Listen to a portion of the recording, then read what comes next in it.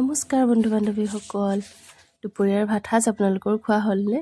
মই আজি মোৰ পাকঘৰত বনাইছিলোঁ কচু শাক, তাকে আপোনালোকৰ লগতো ভাবিলোঁ ভিডিঅ'টো শ্বেয়াৰ কৰোঁ। আপোনালোকে কচু শাক কেনেদৰে খাই জনাবচোন। মই আজি কি ধৰণে বনাবলৈ লৈছোঁ তাকে আপোনালোকক দেখুৱাম বুলি ভাবিলোঁ।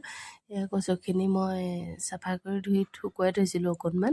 এতিয়া মা আৰু মই দুইজনীয়ে গুচাই লৈছোঁ কচুখিনি গুচাই লৈ মই ইফালে দাইল অকণমানো তিয়াই থৈছোঁ। কচু আজি মই জালুকীয়া বনাম দালি দি। আপোনালোকে মাছৰ লগতো খাব পাৰে বাৰু কচু, কিছুমানে পিটিকা কৰিও খায়। কচু এইকেইটা ছিজনত খাবই লাগে, ডিঙিৰ বহুত বেমাৰ আজাৰৰ কাৰণে ভাল বুলি কোৱা শুনো কচুখিনি।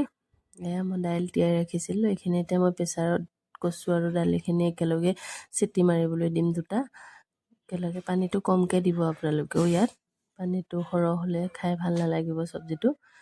ইফালে পিঁয়াজ কাটি ল'লোঁ, আদা নহৰুও গুচাই ল'লোঁ আৰু তেজপাত এখিলা আৰু জলকীয়া দিছোঁ।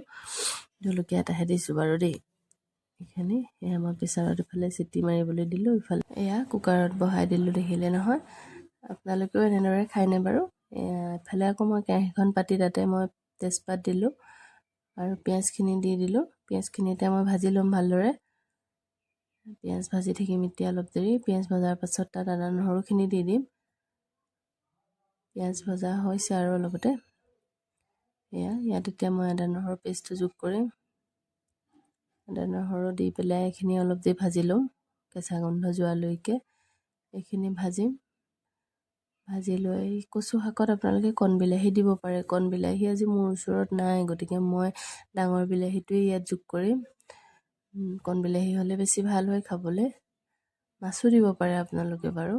মই আজি মাছো দিয়া নাই, আজি মাছ নাই আমাৰ ঘৰত, সেইকাৰণে আমি মাছ দিয়া নাই।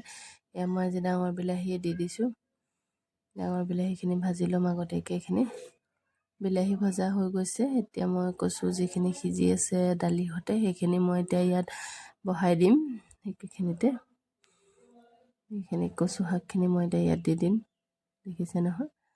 এয়া কচু শাক এনেদৰে খাই কোনে কোনে ভাল পায়। এয়া আজি গোটা জালুকৰ ঠাইত মই গুড়ি জালুক দিছোঁ। সেইটো জালুকৰ জালটো অকণমান কম, সেইকাৰণে মই জালুকটো অকণ সৰহকৈ দি দিছোঁ।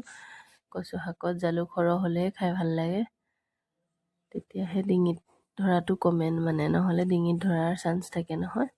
এনেদৰে বনাই খালে বাৰু ডিঙিত নধৰেই, কাৰণ ৰ'দত মই এইখিনি শুকুৱাই থৈছোঁ যিহেতু। আমাৰ কচু শাক ৰেডি হৈ গ'ল। দুপৰীয়া সাজত আজি আমি এনেকৈয়ে খালোঁ। কচু শাক দিলোঁ, দি দাংবডি আলু ভাজি আছিলে। এয়াই আজি আমাৰ দুপৰীয়া সাজ। কেনেকুৱা পালে জনাব ভিডিঅ'টো চাই। ভাল লাগিলে লাইক এটা কৰি